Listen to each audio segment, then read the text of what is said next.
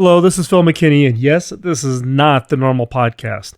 I'm excited to announce that the Killer Innovations podcast has been picked up for national syndication as a talk radio show. Who would have ever thought? The show will be live each Sunday, 5 p.m. Eastern, 2 p.m. Pacific, on the BizTalk Radio Network. My mission and why I started this podcast, and my true passion, is to help you take your ideas and change your world. Whether that's your personal objectives, your career, your business, or if your mission is to change society. The following is show number 1. It's the prototype show that I broadcast live last Sunday. Future shows will have world-changing innovators sharing how they went from their idea to game-changing innovations and all of the bumps and frustrations along the way, so that you can learn how to take your idea and be a game changer. Now, we will be experimenting with other formats and other content. Help me by giving me your feedback. Listen to this show number 1, and then go over to philmckinney.com and leave me a comment at the bottom of the show notes. I would greatly appreciate it. Without any further ado, show number 1.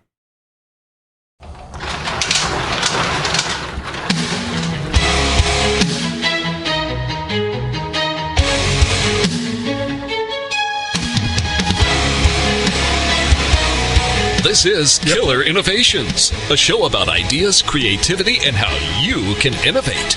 Welcome to the Innovator's Garage, where you learn to create your next game-changing killer innovation.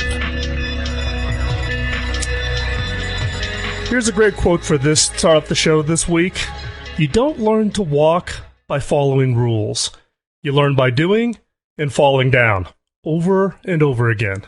That quote's from Richard Branson. Now think about it. No one ever learns to walk by reading a book or watching a YouTube video or sitting in a classroom. You learn by doing, by falling over and over again. And the same can be said about innovation. Hello, I'm Phil McKinney, and welcome to Killer Innovations. While the podcast has been going on for 11 years, today's show is our inaugural show on the BizTalk Radio Network as a nationally syndicated radio show. So what have we been doing for the last 11 years? Well, we've been helping you, the listeners, go from an idea to launching game-changing innovations to help you change the world. So welcome to the garage. Come on in, have a seat. I'm coming off this week of teaching the Innovation Bootcamp course out in Sunnyvale, California. Now, I teach this course about once a year or so, but it's a pretty intense course. It takes a lot of prep work, a lot more nowadays than it used to, it seems like. After all the years of teaching this course, however, it still amazes me at how many people, especially in Silicon Valley, correlate innovation to that new shiny object, that new app, that new web service. Innovation is so much more than just those shiny objects or a cool app or some new responsive website. Anything and everything can be innovated. You can innovate your business models. You can innovate how you serve your customers. You can innovate your internal processes. You can innovate your sales activities, your advertising.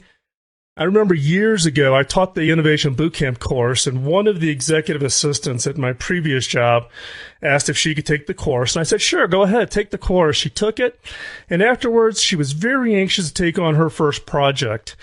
But what did she go after? Not some new gadget or some new PC or laptop. It was about expense reporting. In an organization with 100,000 employees, the average expense report took about 40 minutes. She worked across the entire organization and got that expense report down to 10 minutes.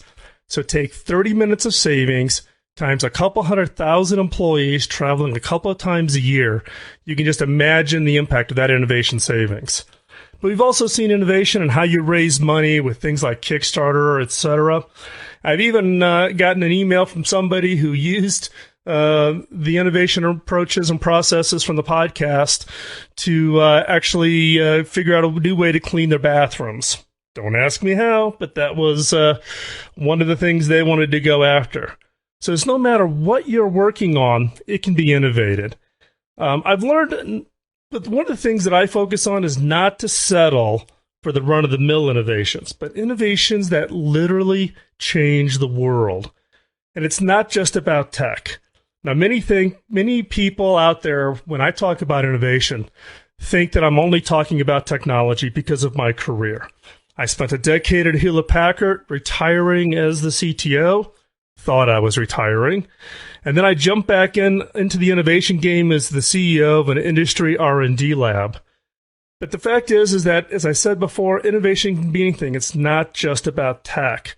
But the key to innovation is don't settle for the obvious incremental. It's easy to settle, but it's easy to do the obvious. But guess what? All of your competitors are doing the obvious. That's why I named this show Killer Innovations. So what is a killer innovation? A killer innovation is a significant and highly profitable departure from current offerings or practices that would be difficult, if not impossible, to duplicate. So what do I mean by significant? It has to be unique. It has to be something that isn't obvious to everybody, something that you've uncovered, something you've really thought about, some unique insight that you bring to the game. Also, highly profitable. It's not about just the cash side of profitability, albeit that's important if you're running a for-profit business. But high profitability can also be attributed to things like nonprofits. If you can find a way to reduce the overhead costs so that more money goes and serves the nonprofit targets that you're trying to serve, that's highly profitable. But the fact is that if you're doing good innovation, good research and development, the development of interesting kinds of solutions, capabilities, you're either going to see significant cost savings or your customers are going to reward you with a significant margin premium. So that's what I mean by highly profitable. And then difficult to duplicate. You need to create some kind of barrier for others before they can come in and just replicate what you're doing and take that market share. It could be the speed of innovation. It could be the fact that you're way out ahead and they can't catch you.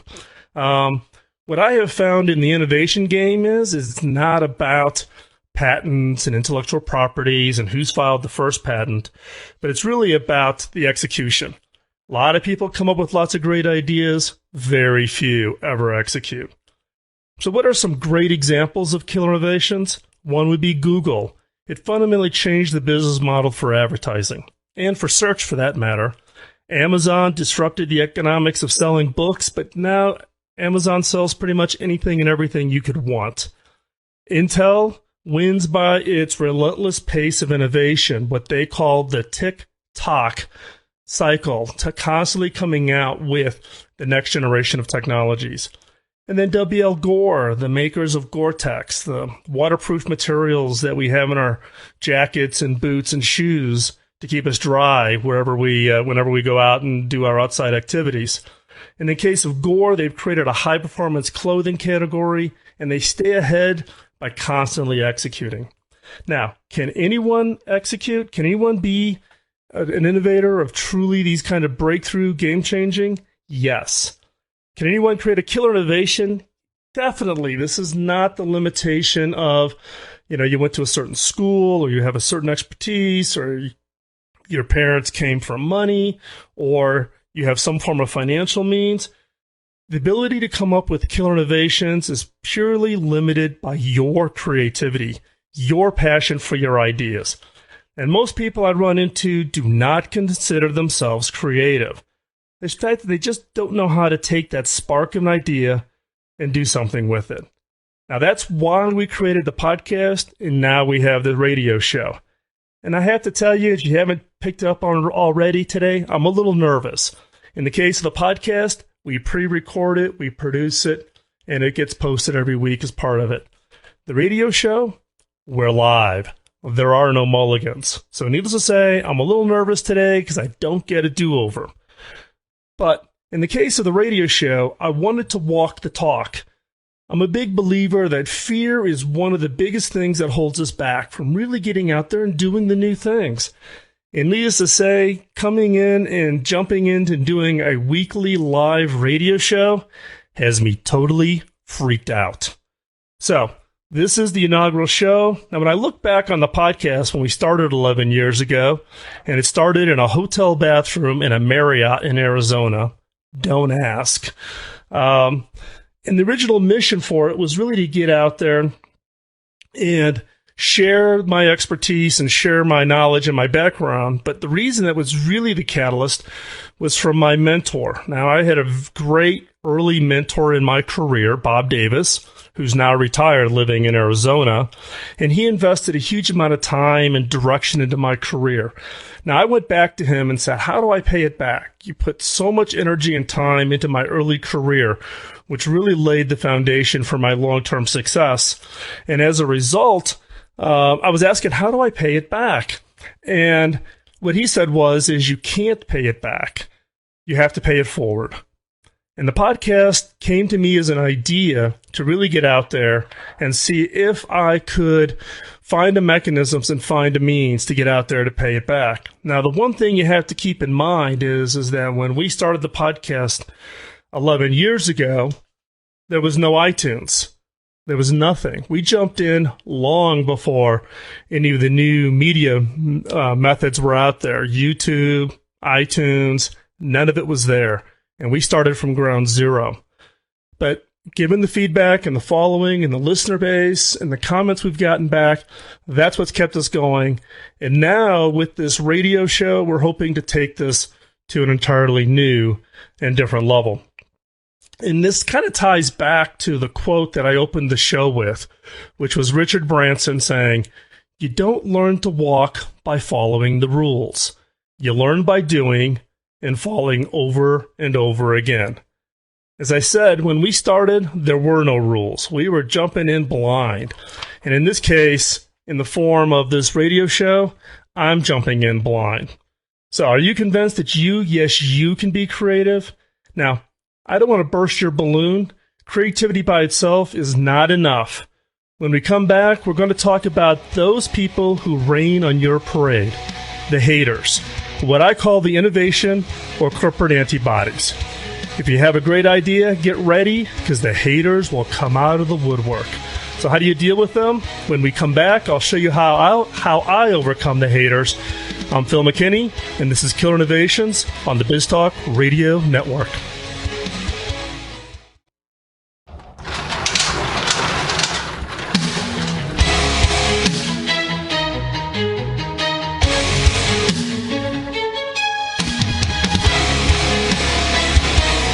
This is Killer Innovations, a show about ideas, creativity, and how you can innovate.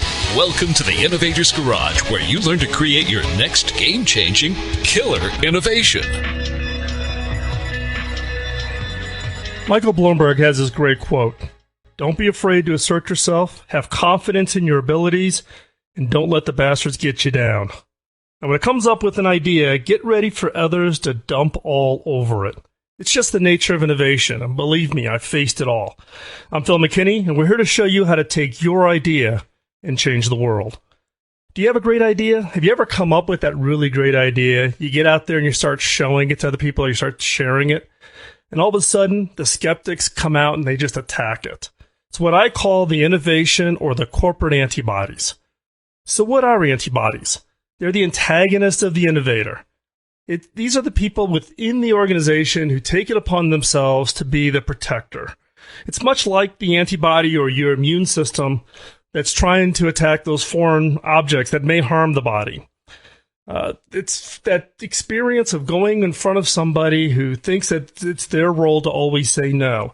They think of your idea as really a threat. You're there to destabilize the organization, when in reality, you're trying to take your organization or your idea to the next level.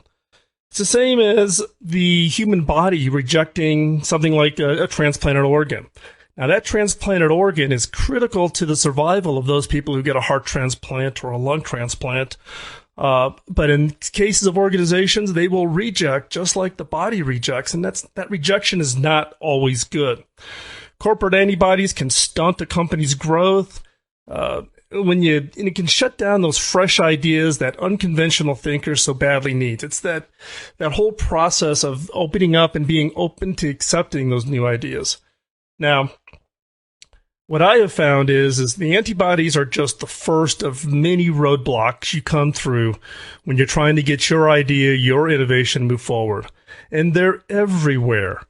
Many people think antibodies are only there from the standpoint of the large organizations. But in reality, they're there even in small organizations. They're there even in the 5-person startup. I've seen it happen in all sizes. So what are the excuses that the antibodies use? It's typically that verbal reaction. Sometimes it's a facial reaction. When you're going out there and you're sharing that new idea that you think is so great. Now, I've heard them all, but here are a few that I've collected over the years, such as, I have something better, or, we've tried that before, it won't fit on our operation, or it won't return enough return on investment. Now, that last one most likely comes from the person who controls the money, either the CEO of the organization or the CFO in the organization. Or, I already thought of that a long time ago, or we can't afford that, or it'll never get approval, or you're on the right track, don't rock the boat. The market's not ready for it. Our customers won't like it this way. Or the last one, we are legally obliged to follow these rules. This last one's an interesting one. It's one that I added on to the list that I'd heard directly. Years ago, I was a founder at a company in the telecom space, which is a regulated industry. And we were going to work on a new way of serving customers. Radically change the way customers could self-support new phone services, new broadband services for their small business. What I heard from the lawyers, though, is that, you can't do it that way because it doesn't meet the regulatory requirement. It's illegal. You cannot do that. And me being the proverbial skeptic, I challenged the lawyers to say, okay, here's the deal. I'm going to go ahead and I'm going to do this. Soon as you can actually show me the verbiage, the regulatory requirements, then I'll stop. But I'm not going to use the excuse that you're throwing in front of me that you think it's illegal or you strongly believe it's illegal, and therefore I shouldn't even start the project. Lo and behold, the legal team went off, and they spent months trying to find that legal regulatory requirement. And guess what? They never found it. In fact, what had happened is if you'd asked all of the regulators and regulatory bodies within companies that we ended up with, that they looked at, we ended up in a situation where they all thought it was the rule, but it wasn't the rule. It wasn't there was no regulatory requirement along those lines to restrict it. So we, in effect, actually went ahead and launched that service and launched that product.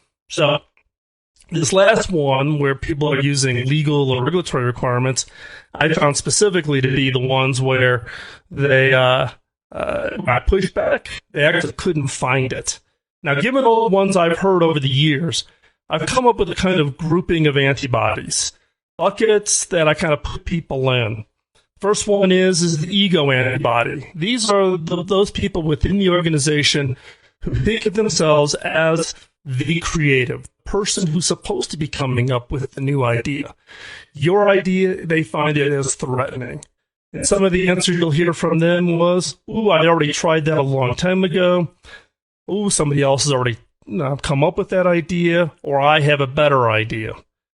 The other kind of antibody is what I call the fatigued antibody. These are the people who were the innovators before you arrived. They've tried it and failed. These are the people who have the excuse of, you'll never get it approved, or we tried that before, or it's not going to fit in our operation. Another kind of antibody that I just love are the no-risk antibodies. These are the people who basically see themselves as trying to de-risk to the organization. You're a threat. Their job is to protect the organization. And you're going to get the answers like, not enough return on investment, or we can't afford to do that. Then you run into the old timers, what I sometimes refer to as the comfort antibodies, which these are the people who are trying to prevent, they don't want to rock the boat. These are the people who are kind of retired in place. The answers you'll get from them is, we've always done it this way. Our customer likes it that way. Don't rock the boat. Now, keep in mind, at some point, we all become antibodies. I'm now a CEO at a company, and I actually got called out a couple of times for being the corporate antibody. we get comfortable with how things are always done. It's the way it's worked in the past, and you get comfortable with the fact that you are an expert and that you've always done it that way before. And so the key is not the fact that we can just identify who these antibodies are, but what do you do about them? How do you get around them? What are the ways and strategies to actually get around this kind of first speed bump to taking your idea and really putting it out there and changing the world? So when we come back, I'm going to show you some of my tricks, or some would say my judo moves. And this is actually, I'll take it as a compliment from some of my past bosses when I play some of these moves on them. And then afterwards, they heard me talk about it. They realized I pulled a quick one on them. So I'm going to share with you all of my tricks on how to get the antibodies to align with you. We've all faced them, and to be successful, you need to know how to get around them. So stay tuned. We'll be right back. I'm Phil McKinney, and this is Killer Innovations.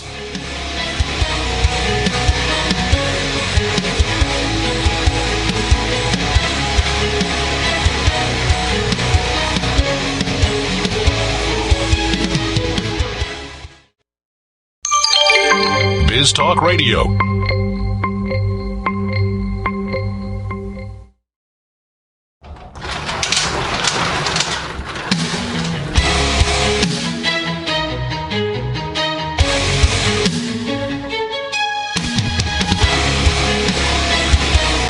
This is Killer Innovations, a show about ideas, creativity, and how you can innovate.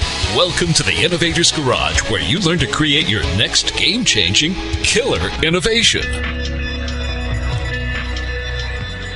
I love this quote from Henry Ford. Nothing is particularly hard if you divide it into small jobs. Now, the corollary to this is that old joke about how do you eat an elephant, which is one bite at a time. I'm Phil McKinney. We're all about helping you take your best ideas and turn them into killer, or what we sometimes refer to as game-changing innovations. In the last segment, we were talking about haters. And as I warned you, they're going to come out of the woodwork. Just deal with the fact that when you're coming up with really great breakthrough, game-changing ideas, everybody's going to have an opinion. They're all going to come out and be negative. So what are some of those tricks? What are some of those judo moves? And why do you need to know these tricks? Well, fact is that pure logic rarely changes the mind of an antibody. When someone's negative to an idea, if you're trying to go and try to convince them that, no, my idea is a really great idea, the fact is, though, logic doesn't apply, because what's happened is they're applying emotion. They see themselves as the protector. They believe they're keeping the organization safe. If it's a family member, maybe you're thinking about a new idea to go off and create some new product or service and launch it yourself, and some family member's negative. In some cases, they're viewing themselves as a protector of you. Oh, no, don't take that risk. Don't put that money behind that idea. So the question is how do you get around them? How do you convince them, or how do you bring them onto your side to actually be in support of the idea? Now, the fact is that you're dealing with these emotions. They see themselves as these gatekeepers, and that last line of defense. And that emotional bond that they have becomes very, very hard for you to come up against. And if you can't develop the skills to work around the antibodies, you're going to struggle with every one of your ideas. As you work on coming up with new and better ideas, or come up with launching new companies or new products or new technologies, whatever it might be, if you cannot figure out a way to get around the antibodies, you're going to struggle. Your ideas basically will fall flat right out of the gate. So let's talk about some examples of some corporate antibodies that blocked what I would think is, and I think you're going to agree, some really great ideas. So, for example, in 1976, Steve Wozniak, one of the co-founders of Alpha Computer, was working at HP. In March of that year, he actually built the first personal computer. Now, the rumor inside of HP was at that time, Steve worked in the calculator division at HP, was that he was actually using some of the resources that HP had made available to all of its engineers to work on new ideas and new prototypes, and that Steve had actually worked on and used some of those materials from HP to build the first prototype of what eventually became the Apple I computer. Now, he took it around, he took it to his manager, a guy by the name of Steve Cochran. Cochran looked at it and came back with an answer that says, something, I really don't get this whole PC thing. Why would anybody want a PC? Cochran was, in effect, the corporate antibody. And it's quite funny because years later, I actually interviewed Cochran in an old podcast from something like 2009 in which he shares this story. And Cochran actually comes back at the end of the interview, and you can go back and find it over at killerinnovations.com and look it up. And he actually goes through the whole process of Wozniak coming to him with this prototype of this PC, and Cochran coming to the answer that says, no, HP is not going to be interested in this. Why would anybody want a PC? And all the standard antibodies. And what did Wozniak do? Wozniak was smart enough to actually get HP to sign a document to release him so that he could actually take the product outside of HP and bring it to market. And the fact is that product that Steve worked on while he was working at Hewlett-Packard in Silicon Valley, that was the foundation that launched Apple Computer. So, and it's funny with the antibodies is we all have 20/20 vision. We don't think of ourselves as the antibodies. We don't think of ourselves as killing somebody's idea. But here's a perfect example of a corporate antibody not seeing the vision, not understanding what the potential was. However, the innovator said, okay, if you're going to be the antibody and not allow me to bring it and have it be done inside this entity, I'm going to take it out. I'm going to risk it all. I'm going to launch it. And now you got the most valuable company in the world. So what do? You need to convince the antibody that you aren't a threat, that your idea is actually aligned and complementary to what the role of the organization is, or your vision of what the potential is. Now, when you start to see your idea as good change, when you get them to see it as a good change with a clear path to success, then you can start winning them over. And there are fundamentally, I'll say 3, but I'm actually going to give you 4 ways to convince or to get past the corporate antibodies. The first one is come up with a better pitch, storytelling. How do you tell a story about your idea? It's what I refer to as strategic storytelling. It's not about a bunch of PowerPoint slides. And in fact, when I'm being pitched by new startup companies looking for investment capital, or a great technologist who's looking to build a prototype of a product, it's not about 500 PowerPoint slides. I'm a firm believer of the rule that Guy Kawasaki puts out there called 10-20-30. 10 slides, 20 minutes, and nothing less than a 30-point font. If you can't follow the 10-20-30 rule, then you don't know the idea well enough, and you're going to have a hard time convincing somebody else. And you got to tell the story in the form of such a way that the person you're telling the story to can position themselves in the story. Years ago, we were working on an idea about home health, and this was, how do you help people age in place? How do you let, as we all get older and health becomes an issue, how do we get people to be able to live at home, stay at home, be able to have a happy life without having to be, shipped off to a nursing home? The team that was pitching this idea actually pitched it and actually did all these great graphics around it, showing me with my grandmother, who at that time was 90 years old, living by herself in Cincinnati, Ohio. So I could see myself in the story. I could see myself using these technologies to help monitor my grandmother, making sure she was up and that she took her medicines and all these. And guess what? We funded that idea. We worked on that project. Tell the pitch in such a way that people can see themselves in it. They can see how they're going to benefit, or how their kids benefit, or how their parents benefit, or how their spouse benefit. Make it emotional. Don't make it this theoretical that there's X hundreds of millions of people in this market segment, and et cetera, et cetera, et cetera. make the pitch personal. Second is, you need to subsume them into your idea. The way to do that is what I call the coffee cup trick. When I go in to make a pitch, I actually take a PowerPoint presentation, I crumple up the paper, I put coffee stains all over it, and that makes the pitch look like it's a prototype. I go in and I find a key person that I need to convince. I need their buy-in if this idea is going to go forward. And as a result of that, then, I'm going to convince them that, hey, this is a draft mode. Why don't you give me some ideas? The rule here is whatever wordage they give you, put it on the slides automatically. Because now you have their words, you have their contribution to the idea, and therefore when you do present it to others, they are part of that team. You taking their input as part of that contribution. The third idea is eat the elephant.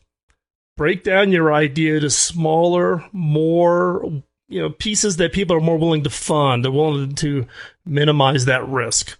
So eat the elephant. Break it down. If you're still running into those walls, break it down into smaller pieces and do the smaller pieces to prove the overall value of the idea. And then the last one, go stealth. Go deep. Go dark. In some cases, in fact, maybe in a future show, I'll reveal some of the secrets of stealth projects and some of the stealth projects that I've been involved in. But these are such that, you keep them off the radar screen, because as soon as a project is visible, people are going to shoot at it. They're going to try to put a knife in that project. Go stealth, keep it stealth until the last possible moment, and then bring it out. So, when we come back, we're going to take a look at questions, and specifically killer questions that cause you to come up with even better ideas. I'm Phil McKinney, and this is Killer Innovations on the BizTalk Radio Network.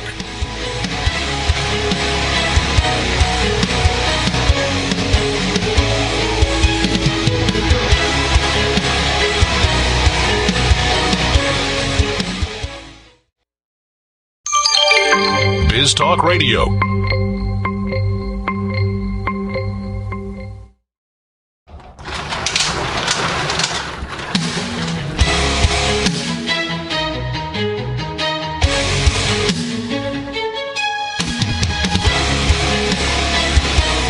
This is Killer Innovations, a show about ideas, creativity, and how you can innovate. Welcome to the Innovator's Garage, where you learn to create your next game-changing killer innovation. I think I've heard every excuse as to why someone can't achieve their dream, that idea, that passion, that thing that really drives them. And the most common excuse is money. I think Sam Walton put it best when he said, capital isn't scarce, vision is. I'm Phil McKinney, and this is Killer Innovations. We're all about helping you take your best ideas and changing the world. I'm a big believer in questions. Now, why? Why am I so passionate about asking good questions? The fact is a question is extremely powerful because you cannot answer it. For example, what is half of 13?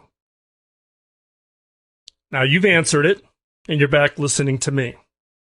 Questions force you to stop and think. You actually can't help yourself. And you can use this hack, or what I refer to as this brain hack, to ask yourself questions that will force you to look at an opportunity or look at a problem you're facing in a way that you just never considered. So going forward, each week in the show, we're going to take a look at one such question and how it can help you solve a problem, come up with the next great idea, solve a social issue, whatever it is. We're going to look at one question each week. So this week, we're going to take a look at a question that I use quite often in my workshops around assumptions. Assumptions are a real challenge for innovation. We need to discover kind of these rules under which our organizations and our industries operate. The key here is to be able to, get those assumptions, get them out of our head, get them out on the paper, and only then can you shed, those old constraints that are holding you back. Once you get those assumptions out there, then you can start being open and coming up with new ones. So, this week's killer question is, what are the assumptions under which my industry operates? Again, what are the assumptions under which my industry operates? Now, in order to move forward beyond assumption industry, you need to first be able to identify them, and it's harder than it seems. Our assumptions are so ingrained in us that they appear, less a personal belief and more of a universal truth. If you recall back in the last segment, we were talking about, the regulatory requirement. You have to do that because it's regulatory required. That was an assumption that the industry had that proved to be absolutely false. So what are yours? What are the assumptions? What are the rules that your industry operates in? Are you in the construction business? Or are you in technology? Are you in software? Are you in hotels, restaurants, financial? Take a hard look at your industry. What are those assumptions? Often, when you do consider the rules, it's about what does your customer's experience look like? And it's really around all of those rules that allow you to operate. So early on, this is back in 2010 when I first got approached to write my book, and it was being published by Hyperion. The publishers, the publisher-in-chief, the CEO for Hyperion, invited me to come to New York and actually teach an innovation workshop to the entire Hyperion staff. Now remember, this is 2010.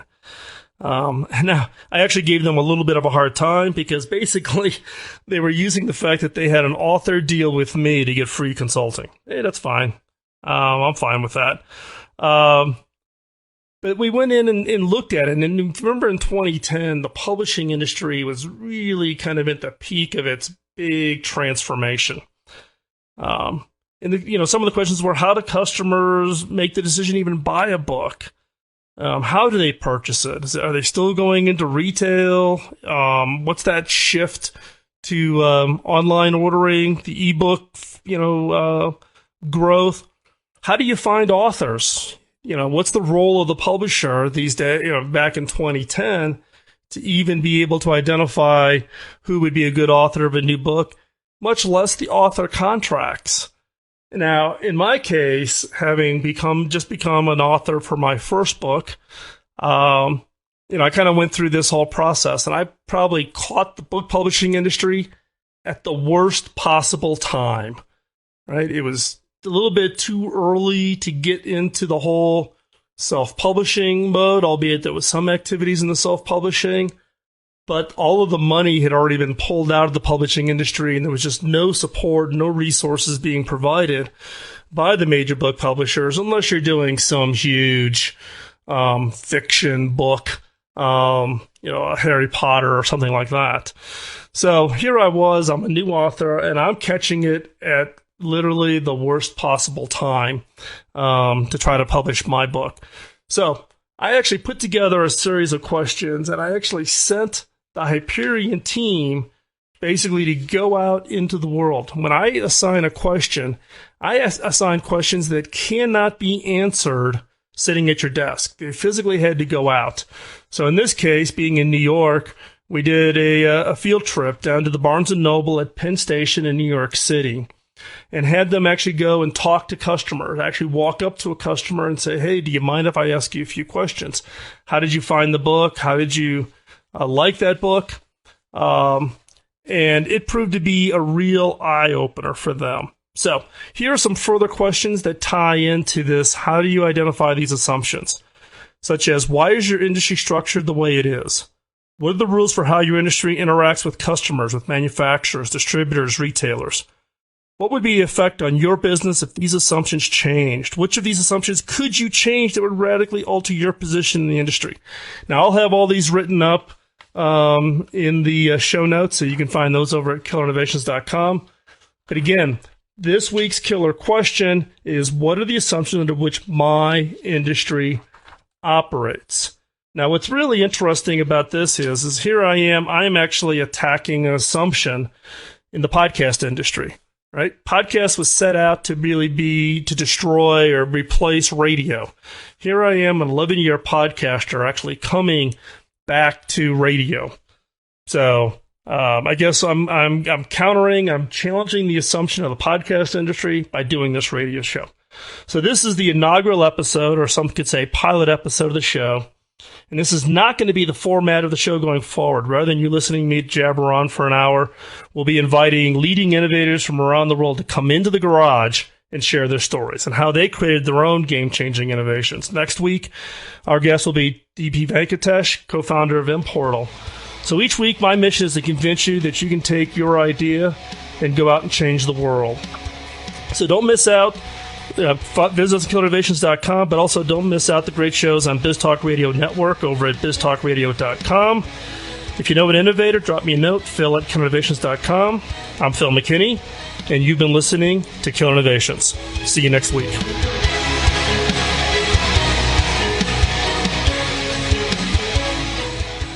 The opinions you hear on Biz Talk Radio are those of the hosts, callers, and guests, and do not necessarily reflect those of this station, Biz Talk Radio, its management, or advertisers. The information on Biz Talk Radio does not constitute a recommendation, offer, or solicitation to buy or sell any product or service. If you have any questions about Biz Talk Radio, contact us at 817-274-1609 or at biztalkradio.com.